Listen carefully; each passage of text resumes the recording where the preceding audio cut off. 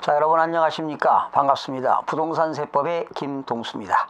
자, 오늘부터 조세의 세목 중에서 취득세 강론에 들어가겠습니다. 오늘 취득세 13강 시간이고요. 여러분 교재 24쪽을 펴보시기 바랍니다. 자, 24쪽을 펴보시게 되면 제 지방세법 제6조 취득의 정의부터 나와 있죠. 자, 요거 하시기 전에 여러분 참고로 55쪽을 참고를 해주시면 되겠습니다. 공부한 것을 항상 흔적을 남기시기 바랍니다. 55쪽에 보시게 되면 취득세의 특징이 나와 있어요. 특징이 나와 있는데 요거 잠깐 설명드리고 하겠습니다. 취득세의 과세 주체는 누구냐? 세금을 과세하는 주체가 누굴까요? 특별시장, 광역시장, 도지사가 징수하는 겁니다. 과세권자는 특별시장, 광역시장, 도가 되니까 특광도가 되겠습니다. 그러나 특별시장, 광역시장, 도지사가 시장, 군수, 구청장한테 위임해서 징수하겠죠. 이렇게 시, 군, 구에게 위임한다는 거죠. 우리가 취득세를 내러 서울특별시에 가는 게 아니라 서울특별시 강남구에 부동산이 소지하고 있다면 강남구청에다가 신고할 겁니다. 그러나 그 세금은 서울특별시 금고에 기속이 된다는 거지요. 그러면 서울특별시가 이렇게 하급기관인 시군구에서 세금을 받게 되면 지방세 이제 교부금을 주는 경우가 있습니다. 그건 뭐 시험에 안 나오니까 상관없고요. 과세 주체는 특광도가 된다 이렇게 하시면 되겠고요. 또 이 취득세는 유통세입니다. 유통세라고 하는 것은 거래세라는 얘기죠. 거래. 누군가가 가지고 있는 물건을 내가 사는 거니까 소유권이 변경되는 거 아니겠습니까? 소유권이 상대방이 가지고 있는 걸 내가 사는 거니까 유통, 거래가 이루어진다 해서 유통세라는 말을 쓰고요. 또 취득 행위에 대해서 과세하기 때문에 행위세라고 합니다. 행위세. 여러분 취득 행위를 하려면 이제 계약 같은 거 할 게 아니겠습니까? 계약하는 걸 우리는 민법에서는 뭐라고 합니까? 법률 행위라고 하지요. 계약을 한다. 법률 행위. 법률 행위에 대한 행위세라고 합니다. 여러분 취득세는요, 취득 물건 금액이 커지면 어떻게 될까요? 세금 부담이 아무래도 커지겠죠. 여러분이 아파트를 1억짜리 사는 거와 10억 주고 사는 것, 또 부동산을 100억 주고 산다면 이렇게 세금이 달라질 겁니다. 취득 물건이 크면 클수록 세금 부담이 커진다는 거지요. 그래서 취득세는 응능과세입니다. 응능과세. 응능, 능력에 따라서 과세한다. 즉 조세부담, 능력에 따라서 부담한다. 조세부담, 능력에 따라서 부과하기 때문에 응능과세가 되고요. 여러분 취득세는요, 여러분들이 스스로 과세관청에 가서 신고하고 납부하는 거니까 자진신고하고 납부하는 거지요. 셀프입니다. 셀프 어세스먼트라고 하는 신고 납부가 되겠습니다. 그러면 이제 일반적으로 나중에 뒤에 가서 배우겠는데 취득세는 취득일로부터 60일 이내에, 일반적으로 60일 이내에 신고하고 납부하도록 되어 있는데 이것을 안 하게 되면 20%의 가산세가 붙습니다. 이것이 신고 불성실 가산세가 되겠죠. 가산세 20%가 붙습니다.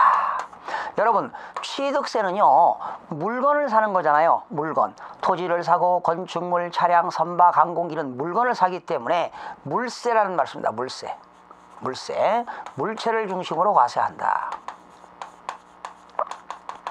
물세, 물건을 사는 거니까요. 또 이 취득세는요, 등기 등록 여부에 관계없이 사실상 취득 행위를 하게 되면 과세하기 때문에 이것은 실질과세가 되겠습니다. 실질과세. 실질주의 과세한다. 실질적으로 취득한 사람에게 과세한다. 이런 것들이 실질과세가 되겠습니다. 자, 이런 것들은 그냥 과거에는 말이죠, 이런 내용들이 지문마다 떠가지고 나왔는데 이 지문 너무 기본적인 거기 때문에 안 나옵니다. 지금 이 부동산 세법 16문제는요. 이런 거 단순히 암기한다? 아무 의미가 없습니다. 그냥 이해하시면 되고요.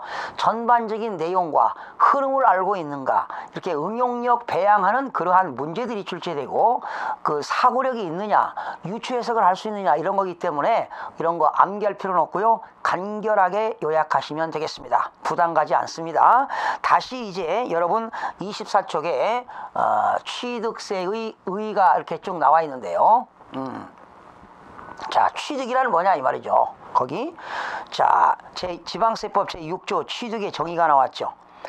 1번부터 18번까지 취득세에 대한 용어가 나왔습니다. 취득이란 매매, 교환, 상속, 증여, 기부, 법인에 대한 현물, 출자, 건축, 개수, 공유수면, 매리, 간척에 의한 토지 조성 등과 그 밖의 유사한 취득으로서 원시 취득이 되었던, 승계 취득이 되었던, 유상이 되었던, 무상이 되었던 일체의 취득을 말한다. 여러분, 이 취득이라는 두 글자가 얼마나 광범위합니까? 그러면 다시 용어를 지금 공부하고 있는데 취득이라는 낱말 두 글자가 상당히 광범위하지요. 참고를 어디를 보시느냐? 여러분 32쪽을 참고하시기 바랍니다. 지금 24쪽을 공부하고 있는데 32쪽을 참고하시기 바랍니다. 자, 제가 편안하게 설명드려 보겠습니다. 방금 취득이라는 것은 매매라든가 교환, 상속, 증여, 공유수면, 매리, 간척에 의하여 토지 조성, 건물의 건축, 선박의 건조 등 승계 취득이 되었던, 원시 취득이 되었던, 유상이 되었던, 무상이 되었던 일체의 취득을 말한다. 얼마나 취득이 광범위합니까? 그래서 취득은 크게 두 가지가 있습니다. 사실상의 취득이 있고요. 이런 거 암기 하나 가지고 이해만 하시면 됩니다. 사실상의 취득이 있고 간주 취득이 있습니다. 간주라고 하는 건 의지하겠다는 거죠. 사실상의 취득은 아니지만 취득으로 보겠다 이런 얘기인데, 그러면 사실상의 취득에는 뭐가 있느냐? 승계 취득이 있고요. 그리고 원시 취득이 있습니다. 승계라고 하는 것은요, 타인으로부터 권리를 계승받는 것을 승계 취득이라고 합니다. 타인으로부터 권리를 계승받는 걸 승계라고 하는데, 이 승계에는 두 가지가 있습니다. 일정한 대가를 지급하는 유상승계 취득이 있고요. 자, 여러분 교재 32쪽에 나와 있으니까 자, 필기할 것 같고 보시면서 이해만 하시면 됩니다. 그 다음에 무상승계 취득이 있습니다. 유상이라고 하는 건 대가성이 있는 거지요.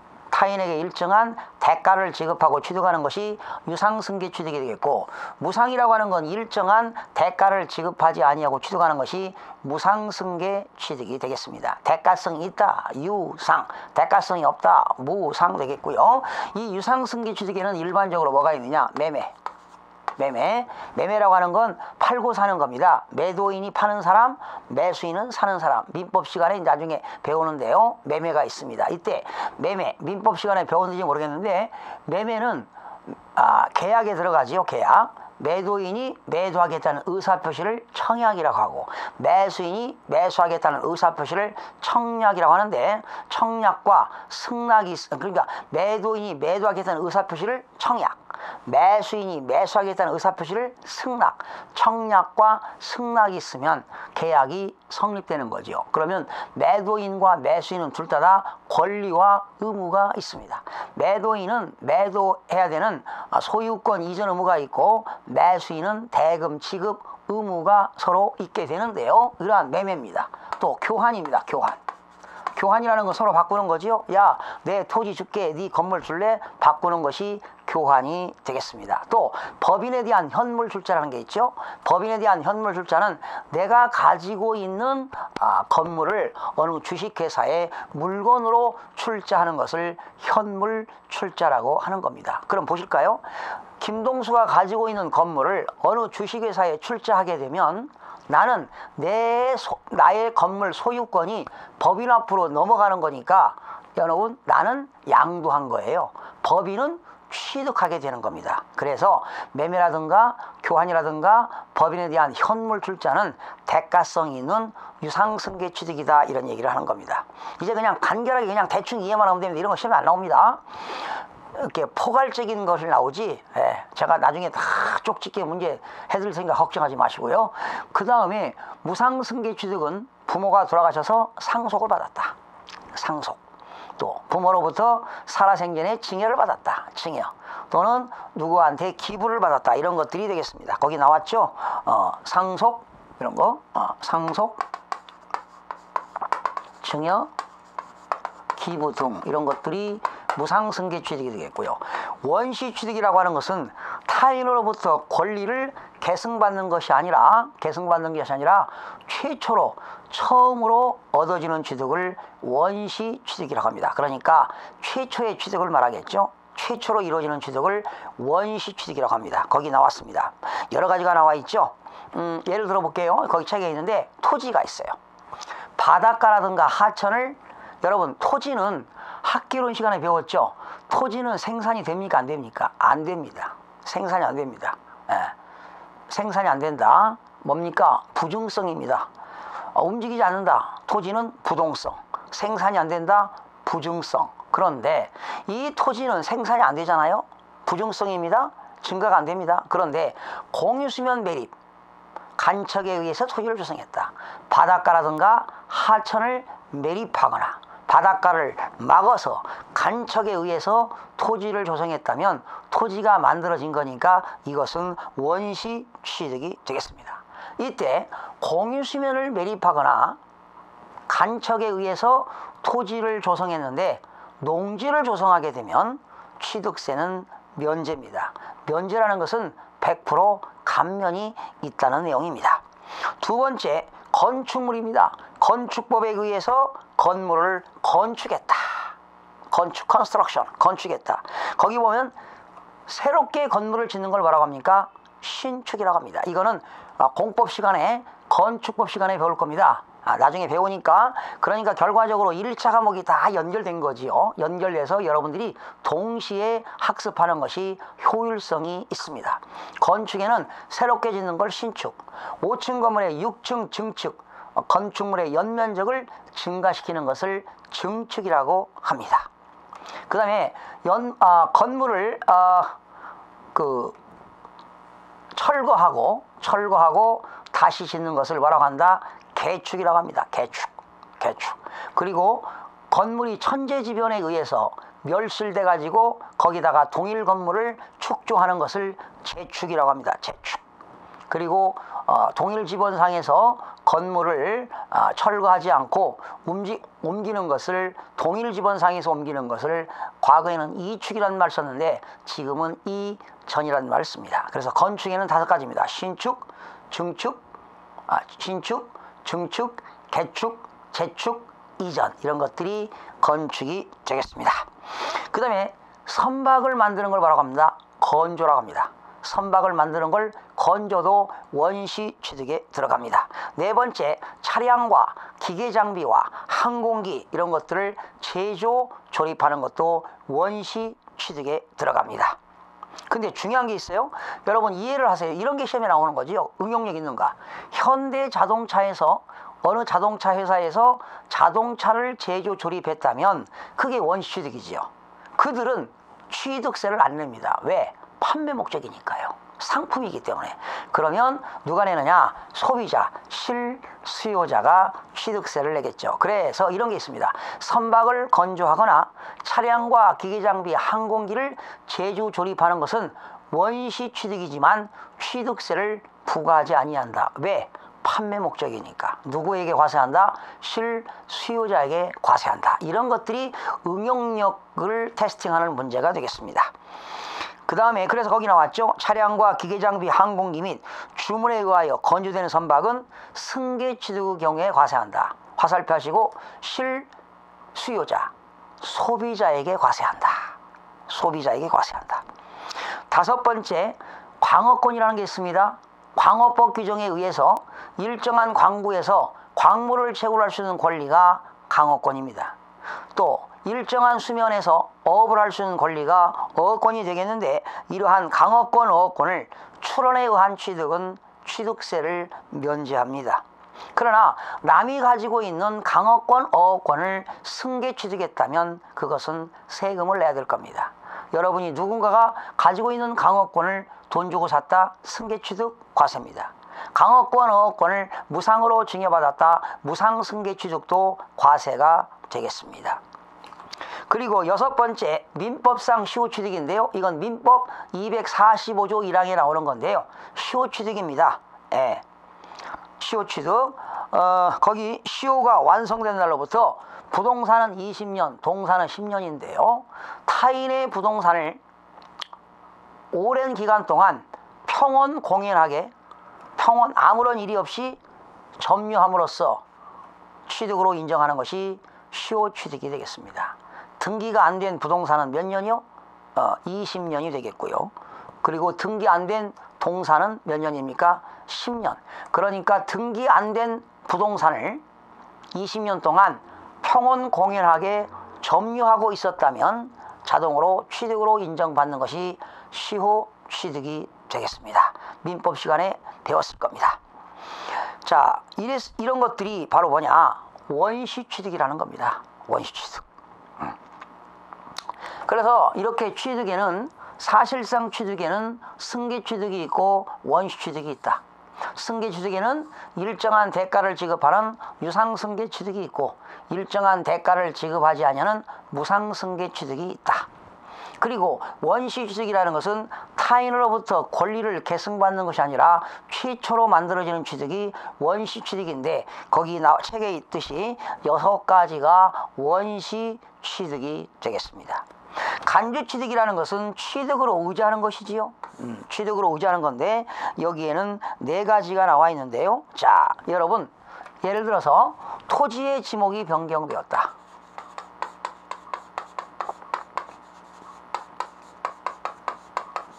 토지의 지목이 변경되었어요. 여러분 이 토지에는 지적에는 28개 지목이 있는데 만약에 제가 전이었어요. 지목이 전에서 대지로 만들었어요. 그러면 토지 가격이 올라갔죠. 전에서 공장용지로 지목을 변경했다. 이렇게 지목 변경으로 토지 가액이 증가되는 것도 취득으로 본다는 내용이 되겠습니다. 두 번째, 건축물입니다. 건축물 개수지요. 건축법 규정에 의한 대수선과 건축물에 부수되는 시설물 1종 이상 설치하거나 수선했다. 여러분 건축물을 대수선해 가지고 건물 가격이 증가되었다면 그것도 증가된 것만큼을 취득으로 간주하겠다는 것입니다. 차량과 선박과 기계 장비의 종류 변경 줄 쳐요. 종류 변경. 예. 차량과 선박과 기계 장비가 종류 변경으로 토지는 지목 변경이지만 이런 것들은 종류 변경으로 가액이 증가되는 것도 취득으로 의지한다. 여러분 예를 들어서요. 그 선박이 뭡니까? 배가 선박이죠. 배도 여러 가지가 있죠. 화물 여객선인데 그 화물 여객선을 연안 여객선으로 개조했어요. 그러면 화물 여객선을 연안 여객선을 카페리오로 개조해서 한다면 선박의 질이 변경됐을 겁니다. 우리는 이것을 선질이 변경되었다 그럽니다. 이렇게 선질 변경으로 가격이 증가되면 어떻게 될까요? 선박의 가격이 증가되면 가격이 상승하니까 증가된 것만큼을 취득으로 간주하겠다 이런 얘기입니다. 그 다음에 과점주주의 주식지분 취득이 되겠습니다. 과점주주. 자, 여기 지방세법에서 말하는 과점주주는 뭐냐? 과점주주는 여기는 비상장 법인의 주식입니다. 비상장 주식. 상장이 안 된 비상장 주식을 50%를 초과해서 가지고 있다면 과점주주라고 합니다. 여기 중요한 것은 몇 프로요? 50% 초과. 그러면 여러분이 어느 주식회사의 주식을 50%를 초과해서 주식을 가지고 있다면 여러분들은 그 회사를 지배하거나 관리하거나 통제하거나 경영에 참가하거나 막대한 영향력을 행사할 권한이 주어집니다. 그래서 이때 이러한 과점주주가 되는 순간 취득으로 보아서 과점주주에게도 취득세를 부과하겠다는 그런 내용입니다. 자, 다시 한번 정리하겠습니다. 그래서 취득이라는 것은 뭐예요? 들어보세요. 그냥 암기하지 마시고, 암기하는 거 아닙니다. 취득이란 매매하거나 교환하거나 법인에 대한 현물 출자, 상속, 증여, 기부, 공유수면 매리, 간척에 의하여 토지 조성, 건물의 건축, 선박의 건조, 차량과 기계장비, 항공기를 제조, 조립하는 것 등 승계 취득이 되었던, 원시 취득이 되었던, 유상이 되었던, 무상이 되었던 일체의 취득을 말한다. 이게 취득입니다. 그러나 취득은 이러한 사실상의 취득뿐만 아니라 지목 변경으로, 종류 변경으로 가격이 증가되는 것도 취득으로 볼 수가 있다는 겁니다. 그러니 오늘 취득이라는 두 글자를 공부하는데 얼마나 광범위합니까? 이해하셨죠? 그러면 취득이라는 것은 유상승계 취득만을 말한다? No. 무상승계 취득만을 말한다? No. 승계 취득만을 말한다? No. 취득이란 승계 취득이 되었던, 원시 취득이 되었던, 대가가 있던 유상이든 대가가 없던 무상이든 모든 취득을 말한다. 아울러 사실상의 취득은 아니지만 지목 변경으로, 종류 변경으로 가격이 증가되는 것도 취득으로 볼 수 있다. 얼마나 취득이 광범위합니까? 그래서 여러분 다시 24쪽에 보니까 취득이란 내용을 살펴봤습니다. 과거에 10년 전, 15년 전에는 이런 지문이 시험에 나왔습니다. 취득이란 매매, 교환, 상속, 증여, 기부, 공유수면 매리, 그대로 시험에 나왔는데 이제는 응용 문제가 나온다는 것이 되겠습니다. 예를 들어서 뭐 유상 취득에 해당하는 것이 올바른 걸 골라라 이렇게 해가지고 이렇게 기초적인 게 아니라 다양한 취득세 전반적인 내용을 알고 있느냐, 이렇게 출제가 되기 때문에 지금은 이런 거 단순히 암기 절대로 해서는 아니 됩니다. 두 번째, 부동산이란 토지와 건축물을 말한다. 자, 3번 별표시 토지란 법이 개정됐어요. 측량 수로조사 지적에 관한 법률인데 아마 국합성 교수님한테 지적법 배울 때 공간정보의 구축 및 관리 등에 관한 법률이라는 것을 배웠을 겁니다. 그러니까 땅 28개 지목의 땅에 대해서는 공간 정보의 구축 및 관리 등에 관한 법률에 의하여 지적 공부의 대상이 되는 토지와 그 밖에 사용되고 있는 사실상의 토지를 말한다. 3번 별표시 하세요.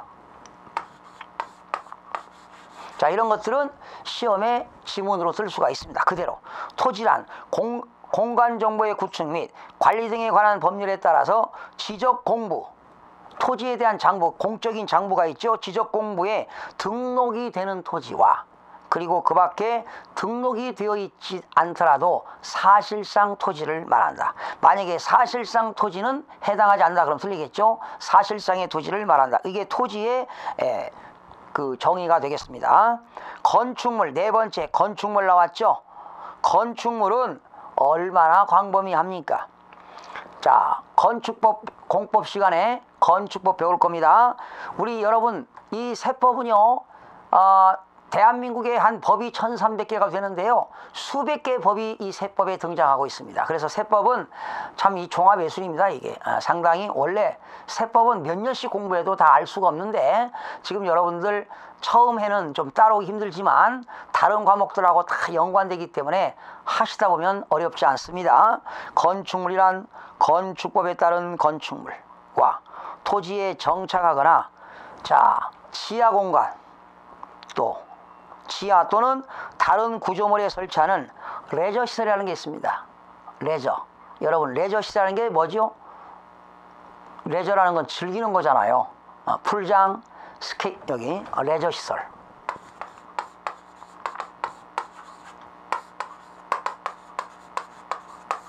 레저, 풀장, 스케이트장, 전망대, 오개 스탠드 뭐 이런 것들이 되겠습니다. 중요하지 않습니다. 그냥 대충 하세요. 저장시설, 도금이 접안시설, 도관시설, 급배수시설, 에너지 공급시설 뭐 이런 것들도 다 건축물에 들어간다. 특히 에너지 공급시설, 주유소 같은 겁니다. 주유소. 가스 충전시설. 다 공법하고 연관된 건데요. 주유소, 가스 충전시설은 뭐가 된다고요? 에너지 공급시설이 되겠습니다. 중요하지 않습니다. 다섯 번째, 건축이란 건축법 제2조 1항 8호에 따른 건축을 말한다. 건축에는 뭐가 있죠? 신축, 증축, 개축, 재축, 이전. 다섯 가지가 있습니다. 신축, 증축, 개축, 재축, 이전이 있습니다. 개수라는 것은 건축법에 따른 대수선을 말한다. 뭐 이렇게 쭉 한번 읽어보시고요. 자, 7번 차량 나왔죠? 차량이란 원동기 장치를 한 모든 차량과 피견인차입니다. 그죠? 궤도로, 여기 궤도라고 하는 건 뭐예요? 철길 차량을 말하죠. 궤도, 철도 차량을 말합니다. 궤도로 승객 또는 화물을 운반하는 기구를 말한다. 차량이라고 하는 것은 육상 차량과 철도 차량을 말하겠습니다. 8번 기계장비라는 건 뭐냐? 건설 공사용, 화물 하용용, 광업용으로 사용되는 기계장비로서 건설기계 관리법에 규정한 건설기계 및 이와 유사한 기계장비 중 행정자치부령으로 정하는 걸 말한다. 행정자치부령에 보면 이 기계장비는 수십 가지가 있는데요. 여러분, 건설공사용 줄쳐보세요. 건설공사용, 화물하용용, 건설공사용이 무엇일까요? 포크레인, 기중기 같은 거, 타워크레인 같은 거 되겠죠. 그리고 거기 화물하용용은 뭐야? 지게차 같은 거, 지게차, 화물하용용, 지게차, 이런 것들입니다. 그냥 기계장비라고 하시면 되겠습니다. 건설기계 관리법에 의한 기계장비 아시면 되겠고요. 항공기 다 아시죠? 사람이 탑승 조정하여, 자, 줄 긋고, 사람이 탑승 조정하는 건 뭡니까? 유인 항공기가 되겠죠. 무슨 항공기요? 유인 항공기. 사람이 탑승해서 직접 조정하잖아요. 비행기, 비행선, 활공기, 회전익 항공기, 뭐 이런 것들이 되겠습니다. 비행기, 비행선, 활공기, 활공기라고 하는 건 행글라이더를 말합니다. 그리고 회전익 항공기는 헬리콥터를 말합니다. 이런 거 중요하지 않습니다. 그냥 항공기라고 하시면 됩니다. 선박이라는 것은 동력을 이용하는 데를 뭐라고 합니까? 기선. 바람을 이용하는 데는 뭐라고 합니까? 범선. 사람이 노젓는 배를 부선이라고 하지요. 그 선박을 말합니다. 임목이라고 하는 건 뭡니까? 지상의 과수. 임목과 중목. 임목과 중목. 뭡니까? 수목이라고, 임목. 수목의 집단이라고 쓰시면 되겠네. 수목의 집단. 임목은 수목의 집단이 되겠고요. 광업권은 광업법 규정에 의한 광업권입니다. 일정한 광구에서 광물을 채굴할 수 있는 권리. 어업권이란 수산업법이라든가 내수면 어업법에 의해서 일정한 수면에서 어업을 할 수 있는 권리가 어업권이 되겠습니다. 골프 회원권, 승마 회원권, 그리고 콘도미니엄 회원권, 종합체육시설 이용권, 요트 회원권인데요.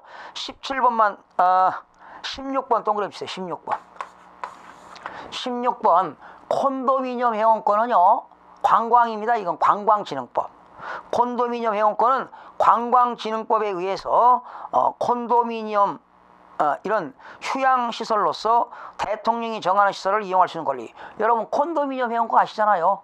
이거는 관광진흥법 규정에 의해서 휴양이나 피서나 유락을 목적으로 사용하는 것이 콘도미니엄 회원권이 되겠습니다. 이건 관광이고요. 그 다음에 골프 회원권 나왔죠. 승마 회원권 나왔죠. 그리고 종합체육시설 이용 회원권 나왔죠. 요트 회원권 나왔죠. 이거는 법률이 뭐냐? 체육시설의 설치 및 이용에 관한 법률 규정에 의해서 각종 시설물을 이용할 수 있는 권리가 되겠습니다.